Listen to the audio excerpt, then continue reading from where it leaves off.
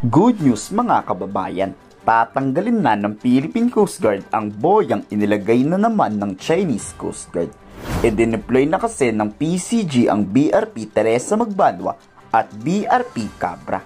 Pero mukhang natunugan na agad ng China yan. Sa Maritime Awareness Flight kasi, nagdagdag na ang China ng 2 PLA Navy warship na i-deploy sa Bao de Masinloc. Siyempre, hindi papayag ang China ng alisin ulit yan. Natanggal na yan ng Philippine Navy at kaya ulitin ng PCG.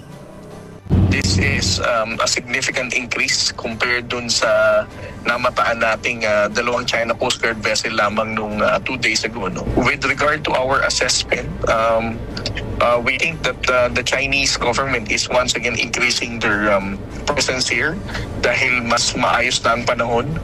Habang nagpapaikot-ikot nga sa ibabaw ng Bao de Masinloc ang BIFAR, 18 na beses niradyohan ng barkong pandigma ng China ang BIFAR. Pilit tayong pinapalayas, binabalaan na pag nagmatigas, makakatikim tayo ng mga consequence.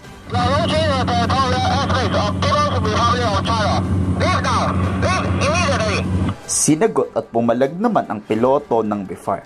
Nagmatigas laban sa China. This is 200 nautical miles exclusive economic zone of the Philippines. Review your chart. Tila sinasabihan nga ng BIFAR ang China na mag-aral muna kayo. Napakalapit ng Bao de Masinloc sa Zambales, pasok sa 200 nautical mile EEZ. Samantalang sa China, libu-libong kilometro ang layo. We are conducting lawful maritime patrol within the exclusive economic zone of the Philippines. You are way beyond the 200 nautical mile EEZ of your country. Please review your chart. Lahat na ata ng pagbabanta ginawa ng China. Pero sa BIFAR, baliwala yan. Hanggang sa napiko na nga ang mga Chekwa. Hindi lang PLA Navy helicopter ang i-deploy. Nagpadala rin sila ng mga fighter jet para itaboy tayo. Kaso wala pa din nangyari. Hindi pa din nagpatinag ang BIFAR sa mga babalang yan. Kahit pa nga siguro tirahin ng missile magmamapatigas pa rin ang Pilipinas. Baka dahil siguro rin may US Navy sa gilid, pag tinira ng China ang Pilipinas, baka gera na agad yan. Flying too close, conducting dangerous maneuvers that endanger the lives of crew and passengers.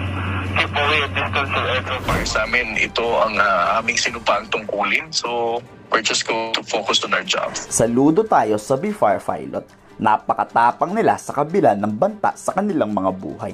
Pero syempre, hindi lang sa BIFAR, kundi sa PCG at BIFAR vessel na nakikipagbuno sa China. Nilalabanan ng water cannon at pagbabangga ng China. Paprotektahan lang ang teritoryo at kalapatan ng Pilipino fisherman. Our pilots from the Bureau of Fisheries and Aquatic Resources are also consistently challenging the presence of the China Coast Guard, the PLA Navy warship, and we are also responding dun sa challenges din na ginagawa ng mga aircraft na i-deploy nila. Pag deploy lagi natin ang mga barko natin sa Bao de Masinloc, this is not just to counter the presence of the People's Republic of China, but most importantly, to ensure the safety and security of the Filipino fishermen. We have our patriotic duty to assert our rights in the West Philippine Sea. We are still focusing our attention dito sa aming patriotic duty na to. Rin ang dalawang boyang inilagay ng China, isa sa hilagang bahagi at isa sa gitna mismo ng bahura.